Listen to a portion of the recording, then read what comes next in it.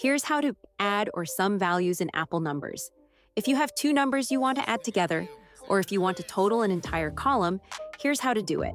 Let's open up a sample numbers spreadsheet.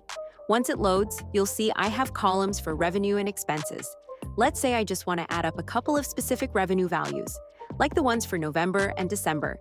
First, click on the cell where you want the result to appear.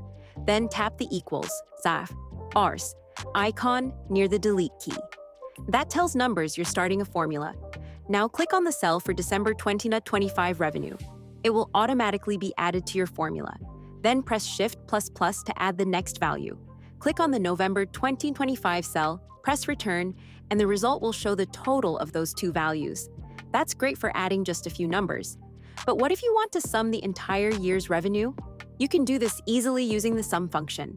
Click the cell where you want the total to appear, press the equals sign again, and start typing sum.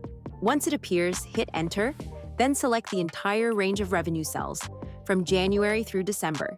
Press Return, and just like that, numbers will total the whole column for you. It's a quick way to add everything up without entering each cell one by one. I hope this helps. If it did, consider subscribing my channel. It really supports me. Thanks for watching.